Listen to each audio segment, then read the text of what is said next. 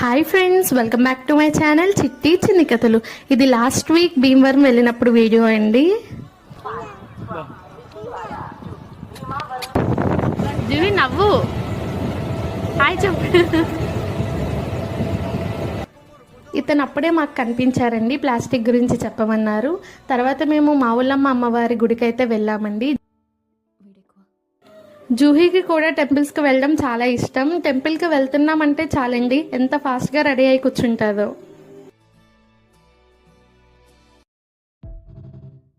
ఆ రోజు గుడికి వెళ్ళినప్పుడు మన సబ్స్క్రైబర్స్ కనిపించారండి, చాలా హ్యాపీగా అనిపించింది. ఫ్యామిలీలానే కలిసిపోయారు.